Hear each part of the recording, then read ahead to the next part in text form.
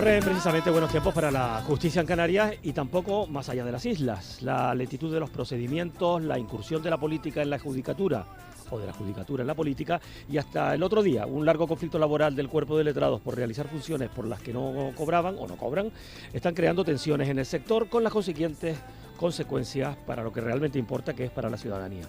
De esta compleja situación y de otras cosas vamos a hablar enseguida con Carla Vallejo, viceconsejera de Justicia y Seguridad del Gobierno de Canarias. Bienvenida, buenos días. Buenos días, Miguel, y gracias como siempre por invitarme. ¿Qué le parece ese acuerdo a que han llegado el Ministerio y el Cuerpo de Letrados, casi tocando la bocina? Cuando digo tocando la bocina me refiero, o tocando la pita, que es como decimos aquí, me refiero lógicamente al panorama electoral que hay, no por otra cosa, sino porque incluso llegaron a advertir de que esto podría hacer peligrar la convocatoria de las propias elecciones. Precisamente por eso el acuerdo solo puede valorarse de forma positiva. Era una situación compleja, es verdad que es un cuerpo que llevaba años reclamando unas mejoras salariales, que era en lo que se concentraban todas sus reclamaciones y que tenían como fundamento, como justificación la reforma que se produjo en el año 2015 de las competencias y en las que se le atribuyeron mayores competencias y llegó un momento en el que es en esta situación, a esta administración, le tocó quizás pagar el pato de aquellas reformas que se produjeron años atrás y ha tenido que atender a las reclamaciones económicas. La buena noticia, desde luego, es que después de un conflicto que ha sido duro, de más de 2 meses de huelga indefinida además, se ha llegado a un acuerdo.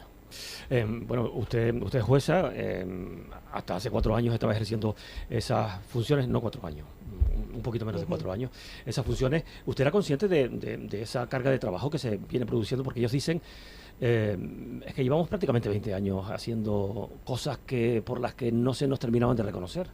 Algo menos. Se produjo, como les digo, una reforma de calado, una reforma importante, aquella por la cual los anteriores secretarios judiciales pasaron a llamarse ahora letrados de la Administración de Justicia y a los que efectivamente, por un lado, se les descargaba de algunas obligaciones, como era la de estar siempre presente en todos los juicios levantando acta, pero por otro se potenciaban sus funciones como altos funcionarios de la Administración de Justicia en todo lo que es la dirección procesal de los procesos. Es verdad que en todo este tiempo se produce una concentración de competencias sobre asuntos que podrían revisarse. Ahora mismo se requiere a lo mejor un acto de firma o de reconocimiento de un letrado para cuestiones que las nuevas tecnologías resuelven de forma satisfactoria. Me refiero a que no es necesario que se acredite que existe una grabación de una vista cuando es evidente que el sistema informático acredita que se ha producido esa grabación, o lo mismo con un acto de notificación, y posiblemente son cuestiones que puedan ser revisadas en el futuro. Pero en suma lo que se ha producido ahora es evidentemente una adecuación a aquella modificación normativa y que se recoge ahora también en un incremento retributivo. Bueno, el conflicto o el problema, digamos, no está solucionado del todo. Hay otros cuerpos de la Administración de Justicia que necesitan también adecuar pues sus salarios, sus retribuciones a las funciones que realizan, pero esto es una cuestión que ya pues se irá viendo, digamos, me imagino con el tiempo. Pero sí que ha causado este conflicto estragos en Canarias con miles de juicios suspendidos, no sé si superan los 12.000. ¿Cómo debe resolverse este colapso? Me refiero, bueno, ya se ha dicho que el orden lógico es pasar todos esos juicios suspendidos, digamos, a la cola y mantener los que están, digamos, los que tienen señalamiento, por aquello de no complicar más las cosas, pero no se ha determinado esto. ¿Usted cómo lo ve? ¿Qué opinión tiene? ¿Cómo debe resolverse? El diagnóstico que hemos hecho en Canarias de la incidencia de la huelga, que estaba en torno a un 30-35% en el caso de la provincia de Santa Cruz de Tenerife, un poco más, un 40% en el caso de la provincia de Las Palmas, afecta principalmente a esto que comentas tú, a los señalamientos, a los juicios que se han suspendido. Sí que es verdad que en términos de dictado de resoluciones, las resoluciones han seguido dictando, porque las han seguido dictando la oficina judicial, las han seguido dictando las autoridades judiciales, pero se encuentran embolsadas, es decir, no se ha podido producir este acto de comunicación, de notificación, de firma de las mismas que le corresponde al letrado o la letrada de la Administración de Justicia. Esta parte se resuelve a través de una instrucción que se dictó ayer por el secretario general del Ministerio de Justicia, donde se establece cómo se tienen que hacer las notificaciones. Son muchas resoluciones, con lo cual hay que hacerlo de forma gradual, pero se ha empezado a realizar hoy y culminará en los próximos días. Y por otro lado, efectivamente, lo que habrá que abordar son los juicios suspendidos, porque no parece razonable, sobre todo en jurisdicciones como la jurisdicción social, donde ya el juicio se señaló a 1 año y medio, casi 2 años vistas, que este juicio suspendido vaya a la cola y pase a estar quizás señalado a finales de 2024 o 2025. Habrá que estudiar y arbitrar mecanismos específicos, programas de actuación, planes de apoyo, sobre todo en esta parte, en la de los juicios suspendidos. El resto de actuaciones probablemente a través del trabajo diario podrán verse compensadas, pero como les digo, no es de recibo. No es de recibo que un ciudadano tenga que esperar, ya ha esperado 1 año y medio, que espere otro año y medio por su juicio. Claro, porque estamos hablando, por ejemplo, de cuestiones que afectan, por ejemplo, a la parte laboral. Hay despidos que no se han resuelto. Esperar pues 1 año y medio más o 2 años es un destrozo absolutamente para el trabajador y también probablemente para la empresa, porque también querrá resolver. Por ejemplo, puede haber juicios civiles, no lo sé si es el caso, puede haber resoluciones de divorcios, de separaciones, de todo este tipo, que habrá que también resolver, y esperar, pues al final es un daño tremendo que se hace pues a las personas. O sea, ya no a las causas, a las personas. Exacto, durante todo este tiempo es verdad que ha habido unos servicios mínimos que garantizaban que los procesos más importantes, aquellos en los que se involucraba a menores de edad, por ejemplo, procesos de familia en los que hubiese niños y niñas implicados, se seguían celebrando y se seguían llevando a cabo, pero otros muchos no, y hay personas que están esperando pues para que se les reconozca una pensión, para que se resuelva sobre la nulidad o no de su despido, o para que se resuelva sobre su desahucio o una reclamación de cantidad de la que puede depender pues la economía familiar. Y todo esto debe atenderse, y yo creo que es una cuestión que tenemos todos los operadores clara, que no pueden irse a la cola, sino que tenemos que establecer, y así yo creo que es el sentir del Ministerio, así nos los ha trasladado, y el que tiene también la Judicatura, y el de los propios letrados y letradas de la Administración de Justicia, el de recuperar este tiempo perdido y que la ciudadanía no lo pague. Naturalmente son temas de alcance nacional que superan las competencias autonómicas, aunque es verdad que ustedes tienen que estar ahí para vigilar que todo vaya como debe, y también para opinar. Pero la justicia en Canarias también tiene problemas, sobre todo en infraestructuras y en medios materiales. ¿Cómo analizaría la situación en este momento? Pues la situación es desigual. Siempre que hemos hablado de esto, hablamos de una situación desigual en cuanto a, sobre todo en lo que se refiere a infraestructuras y medios materiales. Tenemos partidos judiciales con buenas infraestructuras, con buenos edificios judiciales, donde no nos cuesta crear nuevas unidades judiciales porque hay espacio y porque además tenemos incluso una técnica, por así decirlo, un sistema de creación muy rápido. Así pasa en La Laguna, pasa en Arona, pasa en Las Palmas de Gran Canaria. Y sin embargo, otros partidos judiciales en los que el déficit de infraestructuras complica toda la cuestión que tiene que ver con el servicio público de justicia, complica la creación de servicios complementarios, complica la creación de nuevas unidades judiciales. Se ha producido un hito muy importante en esta legislatura, y es la adquisición por parte del Gobierno de Canarias del edificio auditorio en Santa Cruz de Tenerife. Con este edificio vamos a atender por fin a la problemática que existe en Santa Cruz de Tenerife en cuanto a la dispersión de sedes y la no disponibilidad de las mismas en lo que es esa manzana, esa almendra central, ese centro administrativo de la ciudad, para crear nuevas unidades judiciales. Este edificio nos permitirá, en tanto en cuanto además se construye la nueva edificación judicial, el Parque de la Justicia, la Ciudad de la Justicia, como querramos llamarla, pues atender a las necesidades de este servicio público en Santa Cruz, concentrar las sedes judiciales que se encuentran dispersas, un ahorro económico en alquileres, que también es importante porque podremos invertir en otros servicios de justicia, y trabajando en este sentido. Hay proyectos que tienen que impulsarse. Ocurre lo mismo con Puerto del Rosario en Fuerteventura, con los llanos de Aridane. La realidad insular de Canarias hace que no podamos decir otra cosa que la situación es desigual, pero se atiende a lo que está ocurriendo y le buscamos solución. Bueno, mientras todo esto ocurre, desde ayer se ha puesto en marcha pues un proyecto piloto, acá ha partido en Guía de Isora, que es crear oficinas de justicia. ¿Qué es esto? ¿En qué consiste y cuál es el objetivo que tiene de cara a largo plazo? Las oficinas de justicia en el municipio es una transformación en la que, partiendo de los tradicionales juzgados de paz que conocemos y del arraigo que tienen en el territorio, de la proximidad que suponen estas instituciones para la ciudadanía, se les da una vuelta en el proyecto de ley de eficiencia organizativa para transformarlos en lo que deberían ser, que es la puerta de entrada del servicio público de la justicia de la ciudadanía dentro de su municipio. estarán creados en todos los municipios en los que no existan juzgados de primera instancia de instrucción. Como digo, se aprovecha para ello toda la estructura de los juzgados de paz y sería una puerta de entrada a la justicia. A través de estas oficinas de justicia en el municipio, lo que se pretende es que una persona no tenga que trasladarse al juzgado para que se le tome declaración, que pueda hacerse por videoconferencia, tampoco para que se proceda a notificarle una resolución, incluso que se pueda recibir información genérica en cuanto a los procesos judiciales que tiene pendientes, las actuaciones que se puedan llevar a cabo próximamente y trámites también de carácter administrativo a día de hoy relacionados con la justicia, pero con la potencialidad de que se abran otras administraciones.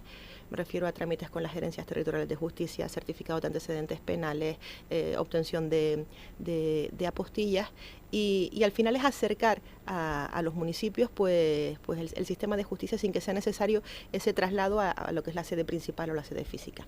Naturalmente para esto se necesita personal, más personal. El hecho de que sea un proyecto piloto y que en principio sea en 11 municipios, ¿quiere decir que si no funciona se cambia o esto en realidad es una primera fase y se va a extender? Todo lo contrario. El personal es que ya lo tenemos porque utilizamos al personal de los propios juzgados de paz.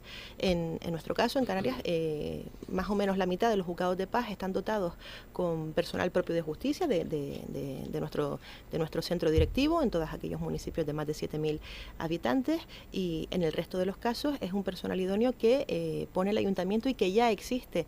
Lo que haremos será consolidar a este personal que pasará a formar parte no ya del juzgado de paz, sino de la oficina de justicia en el municipio. Como le digo, lo que se produce es un cambio organizativo que requiere de una inversión a nivel tecnológico, pero que tiene ya el personal, tiene ya las infraestructuras, tiene ya la percepción de la ciudadanía de ese servicio público cercano y estos proyectos pilotos lo que son es la punta de lanza que se extenderá sin lugar a dudas una vez se apruebe la norma que le sirve de marco, que es la Ley de Eficiencia Organizativa. ¿A cuántos municipios va a llegar finalmente? Pues llegará a los 69 juzgados de paz. Ahí es a lo que voy. Exacto. ¿Y cuándo se producirá ese tope? ¿Cuándo se llegará ahí? El despliegue tiene que será gradual. La Ley de Eficiencia Organizativa establece un periodo máximo de hasta 18 meses para su adaptación plena. Lo bueno que tiene Canarias es que forma parte de uno de esos proyectos pilotos, con lo cual ya tenemos una experiencia acumulada que esperemos que nos permita ir más rápido. Ya estamos adelantando las inversiones que hacen falta a nivel de tecnología, de sistemas de videoconferencia, de sistemas informáticos, para tenerlo todo preparado y esperamos poderlo hacer con la mayor rapidez posible. ¿Hay un cálculo de cuánto se va a avanzar con todo esto, en el sentido de acabar con esas montañas de expedientes que no terminan de salir? Desde luego, con lo que se quiere acabar es con esa imagen de colas en los servicios judiciales, de expedientes en papel con los que se atrasan y que se acumulan en armarios. Y al final de lo que se trata de tener una justicia más eficiente. ¿Vamos a conseguir que exista menos tasa de litigiosidad en España o en Canarias en concreto, que es la comunidad autónoma con mayor tasa de litigiosidad? Probablemente no, pero sí conseguiremos que ese servicio público, que esos pleitos que se generan en Canarias puedan ser atendidos de forma más eficiente. No es nada fácil. La administración de justicia es una administración muy compleja en la que la transformación digital está costando su trabajo. En ese sentido podemos decir que si se invierte, pero se invierte mal, sin planificación, puede llegar a ser un agujero negro que traga millones, pero que no consigue resultados efectivos. De ahí la importancia de este plan de Justicia 2030, de estas leyes de eficiencia y de esta convicción en que debemos invertir, pero invertir con un fin, que es esta transformación. Desde luego, más agujeros negros en justicia, mejor no. Bueno, son las 10 menos cuarto de la mañana. Ecuador de la entrevista que estamos manteniendo con Carla Vallejo, que es viceconsejera de Justicia y Seguridad del Gobierno Autonómico.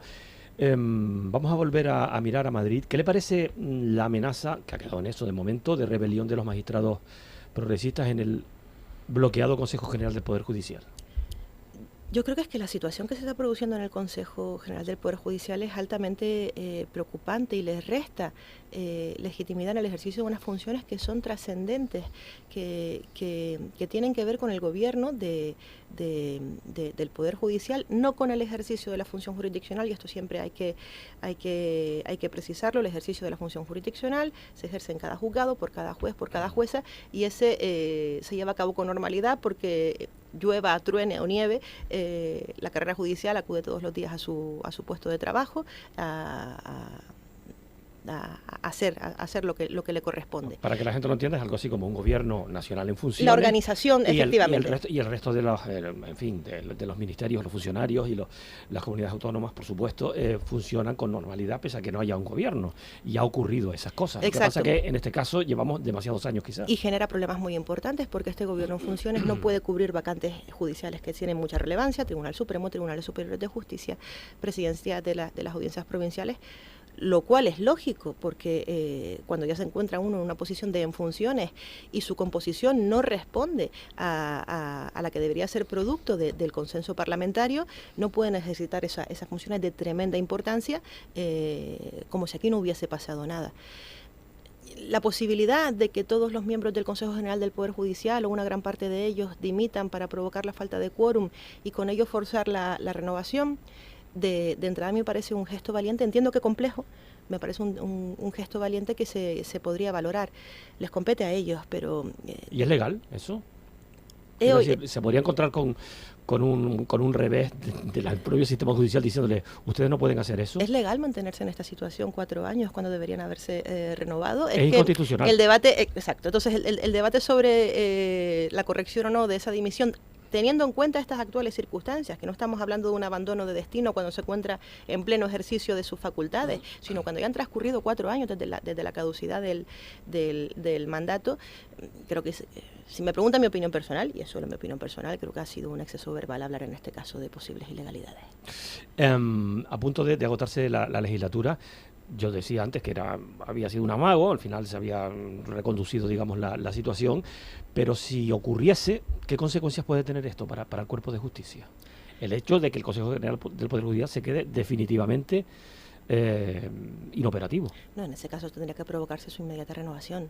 No habría otra ¿Pero cómo? respuesta. Se necesita el consenso también, que no se ha producido. No tendrían más remedio que hacerlo, porque ya estaríamos en una situación en la que cuestiones...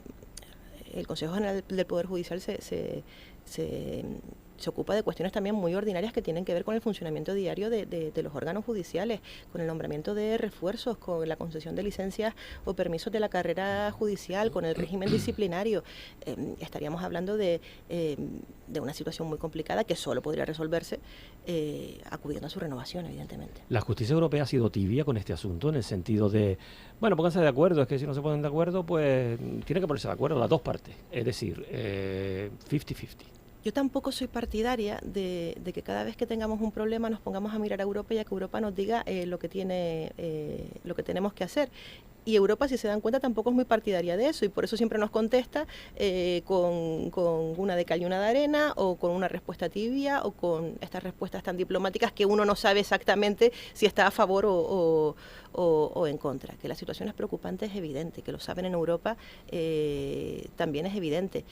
Que esto además responde, y quizás es lo más grave de todo, a una verdadera déficit de la concepción democrática de las instituciones y del papel que se ejerce por determinadas fuerzas políticas cuando están en el poder y cuando están en la oposición. Porque si uno ve la trayectoria de las prórrogas indebidas del Consejo General del Poder Judicial, y eso no lo puede discutir nadie, siempre ha habido un partido en el gobierno que cuando está en la oposición renueva el Poder Judicial, y siempre hay un partido que cuando está en la oposición impide que ese Poder Judicial se renueve. Y esto no funciona así, la democracia no es esto. Hay que cambiar la ley porque esto va a seguir ocurriendo. Si ha ocurrido de esta manera, tan radical si quiere, ahora pues volverá a ocurrir en otro momento seguro, si no se cambian las cosas. Seguramente la revisión de este sistema pasa o bien por una obligatoria y automática renovación una vez transcurrido el plazo de mandato, y también existen otras posiciones que tienen que ver con el propio sistema de elección de los vocales del Consejo General del Poder Judicial. Hemos hablado de eso en otras ocasiones. Exacto. Jueces, etcétera. Tan válido es un sistema como otro. pero lo que no puedes hacer es no aplicar un sistema válido porque te gusta otro. O sea, no puedes decidir que no se aplica una ley electoral porque quieres modificarla. No, tú ganas las elecciones con la ley electoral en vigor y luego si quieres la modificas. Por cerrar este asunto, ¿se puede recuperar la confianza en la justicia después de todo esto? Yo creo que la confianza en la justicia no puede verse afectada por todo esto, porque además, quiero insistir, una cosa es el Poder Judicial que se ejerce en las audiencias provinciales, en los tribunales superiores de justicia, en los órganos judiciales, y otra el gobierno del Poder Judicial que ha obedecido ahora mismo a unas dinámicas que efectivamente dejan mucho que desear, pero que son eso, son la institución que organiza, administra, gestiona y gobierna lo que es la organización del Poder Judicial, pero la función jurisdiccional se ejerce por el Juzgado de Guía, por el Juzgado de Arucas, por los Juzgados de Las Palmas, por los Juzgados de Santa Cruz de Tenerife. Bueno, Carla Vallejo ha sido, es fundadora de la Asociación de Mujeres Juezas. Por supuesto, ha manifestado siempre su defensa absoluta, ¿no? Sin ningún tipo de matiz a la ley contra la violencia de género y a cualquier normativa en este sentido. Le voy a preguntar por algo que, por cierto, me han prometido. Dice, si te da una respuesta concreta, vas a tener un premio, no voy a decir el premio que es. La protección a las víctimas de violencia de género a través del sistema Biogen tiene dos patas, que es la valoración policial del riesgo y la valoración forense integral.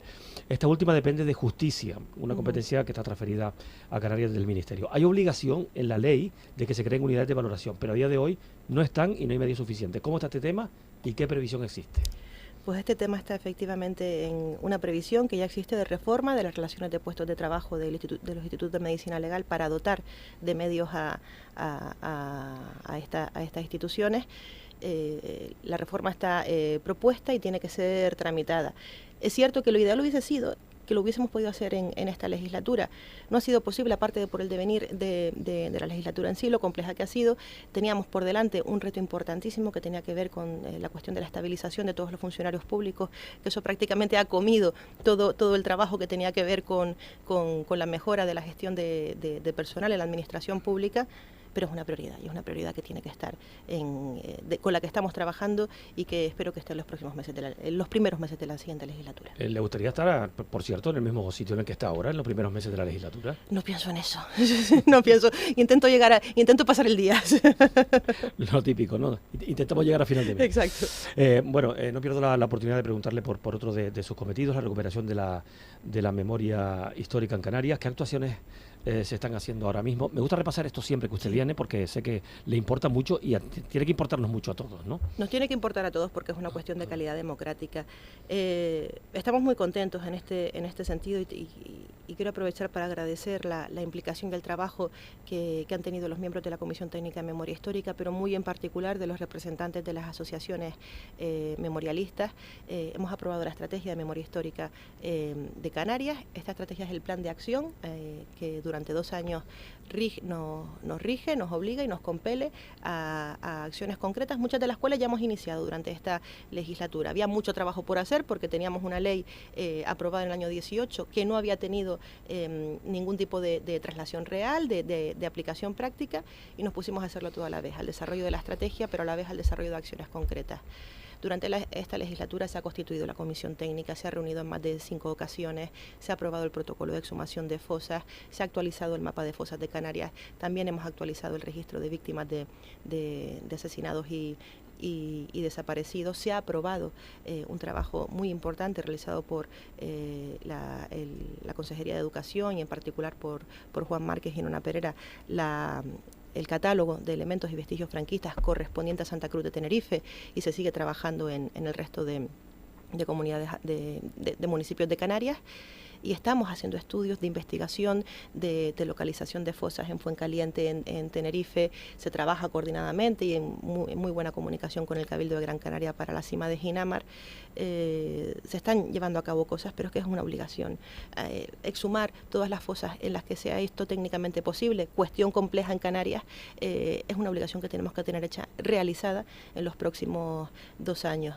Y todo lo demás que tiene que ver con la memoria histórica. Se ha referido a la cuestión de los monumentos franquistas en Santa Cruz de Tenerife, que ya sabe usted que ha originado una polémica política importante. No voy a incidir sobre esa cuestión porque tampoco creo que haya ningún avance en ese sentido. Hay posiciones diferentes, pero sí le pregunto, ya sabe usted que ha habido fenómenos por llamarlo de alguna manera, en la península, el caso de Sevilla, la exhumación de Queipo de Llano, ¿no? Ya lo que haya habido y ha habido en el Escorial, con la exhumación de los restos del propio dictador. En Canarias no hay figuras nunca ha habido planteamientos en el sentido de que hay algunas figuras que han sido tributadas y homenajeadas en algún cementerio y que deberían salir algún cementerio o en algún lugar de sepelio, deberían salir de ahí porque se les trató de una manera completamente injusta y no se ha abordado. Dentro del catálogo que tenemos de Santa Cruz de Tenerife, la posibilidad de esas recuperaciones o exhumaciones no se dan porque no existen o no se han localizado actos de homenaje que tengan que ver con la conservación o el entierro de cuerpos en lugares sagrados o en situaciones de homenaje. Hay evidentemente lápidas en los cementerios, hay recordatorios, pero esto sí que entra dentro del legítimo recuerdo privado que tiene todo el mundo a tener una lápida con su nombre en un cementerio, en un camposanto. No es una cuestión sencilla. Hemos vivido, como en el caso del catálogo de Santa Cruz de Tenerife, pues esto ha generado efectivamente reacciones contrarias y es necesario hacer muchísima pedagogía al respecto. No se trata de que se niegue toda la trayectoria vital de una persona, pero todos aquellos reconocimientos, méritos, menciones que una persona ha recibido como consecuencia de su participación, apoyo, sostenimiento de un alzamiento militar ilegítimo que supuso una guerra civil y que causó pues la permanencia de más de 40 años de dictadura en España, todo eso debe ser retirado, con independencia de que luego las trayectorias humanas son largas, son complejas y puedan haber sido importantes en otros ámbitos, pero lo que tiene que ver con ese apoyo, con este sostenimiento, tiene que ser retirado. Luego está pues el tema de la recuperación de la memoria de esas personas que necesitan que los restos de sus familiares pues sean recuperados. Casualmente ayer me comentaba una persona, no es en caso de Canarias, porque estamos hablando de la comunidad de Navarra, la situación que ha habido en torno a familiares suyos que sí que fueron represaliados durante la guerra civil y que es un derecho efectivamente de las personas recuperar pues esos cuerpos. Y en ese sentido, ya sabe usted que hay una parte de la política que dice, oiga, mire, no rescatemos cosas que ocurrieron hace 80 años y que, en fin, ya eso ya está superado porque lo superó la transición. Y hay otra parte de la política que dice, mire, no está superado. Igual que esa misma parte de la política anterior dice, oiga, mire, están olvidando ustedes a las víctimas del terrorismo cuando están ustedes siendo condescendientes con quienes estuvieron ahí, pues asesinando y todo esto, ¿no? ¿Qué reflexión hace? Tenemos un minutito. Pues que tenemos que decir que en Canarias afortunadamente hay debates que no tenemos. Recordar que la Ley de Memoria Histórica se aprobó por unanimidad de todo el Parlamento de Canarias y que en lo que respecta al mínimo acto de dignidad que supone la recuperación y entrega de restos de desaparecidos a sus familiares, aquí existe un consenso, porque esto de lo que estamos hablando es de humanidad y de dignidad. Y eso es algo bueno que nos podemos llevar. Carla Vallejo, viceconsejera canaria de Justicia y Seguridad, gracias por haber venido a la radio pública y mucha suerte en la parte que le toca. Muchísimas gracias. Buenos días.